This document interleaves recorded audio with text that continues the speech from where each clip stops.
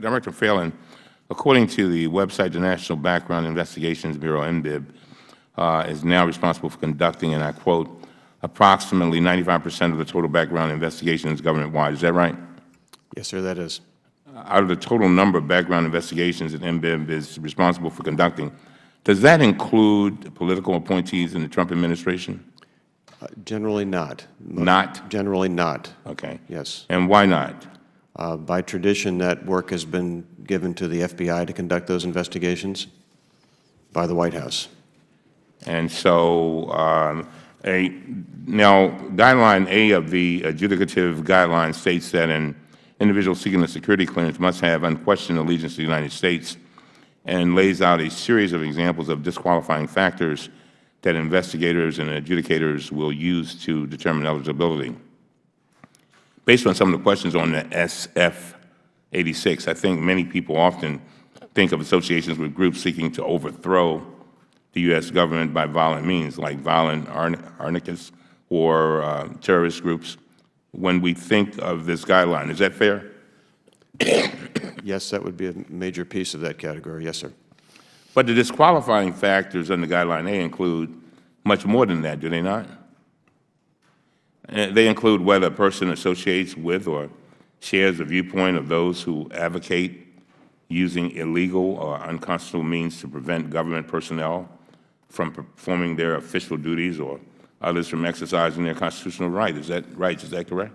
Those are questions to be considered in an adjudication. Yes, sir. And it could include persons who associate or share the viewpoint of those who use illegal or unconstitutional means to, quote, gain attribution for perceived wrongs caused by federal, state, or local government, end of quote. Is that correct? Those would be adjudicative questions. Yes, sir. If your investigations uncover negative or derogatory information in any of those areas, I imagine that you could raise concern with regard to them. Is that correct? They would be noted in the investigation, and they would be forwarded to an adjudication authority to make a determination as to whether that individual should be cleared. So I want to walk you through a few short examples. If someone said that they were a Boy Scout or Girl Scout, would that raise a concern under Guideline A? Of course not. Is that right?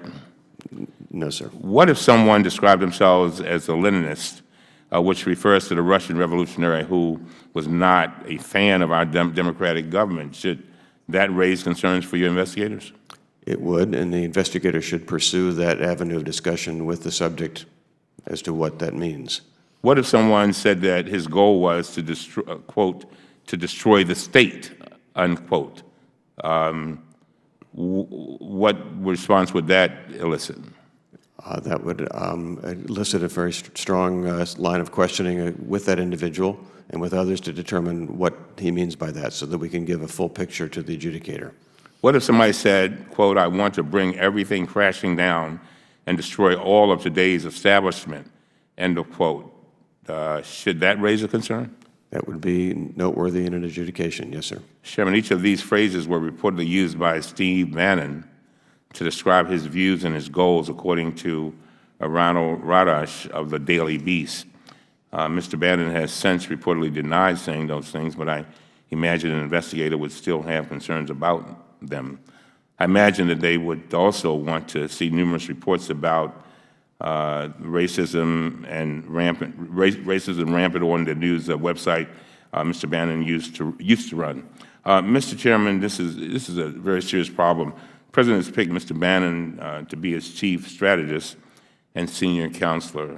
Not only that, the President just reorganized the National Security Council and gave Mr. Bannon a permanent seat at the table while removing the Chairman of the Joint Chiefs of Staff and Director of National Intelligence. This is, at least, I mean, it causes us to, we should wonder about this and question it. Do you, you may have answered this earlier, if somebody is under criminal investigation, and I know we now have a liaison, tell me how that works, a criminal liaison to try to work with, what happens when you find out somebody's under criminal investigation?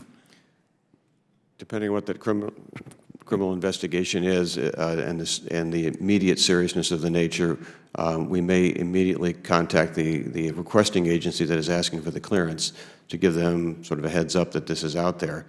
And they may or may not determine at that point they want to terminate the request for a clearance or not. Otherwise, we'll continue the investigation. Whether it shows an inability to be trusted to hold on to classified So in other words, a person could still get a clearance. Yes. And I would assume that if that person were then later on convicted of an offense, then that probably his clearance would be withdrawn. Is that right?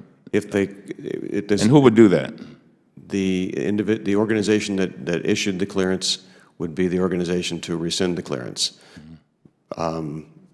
and based on what they see, and they would make it. And if it had already been issued and an individual is convicted, it would be up to that organization to determine whether or not that conviction has any impact on their ability to be trusted. My last question: I just gave some quotes that are attributed to Mr. Bannon. If you were to raise if those questions were raised, would anyone go and then say Mr. Bannon or whoever may have said those kinds of things, denied them? Would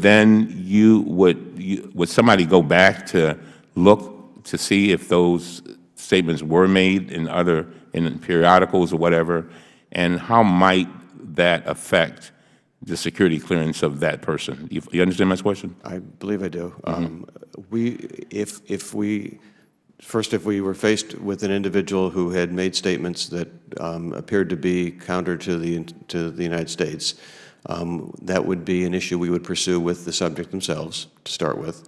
And to use your example, if that individual said, "No, I never really said that. I don't really feel that way," we would use, to the best of our ability, whatever sources we can find to get to do issues resolution to determine whether what the truth is, to the extent that we can, so that we can give as full a picture as we can to the official that has to make that ultimate decision. And if you've discovered that unequivocally that the person had not been honest with you, what might effect that have?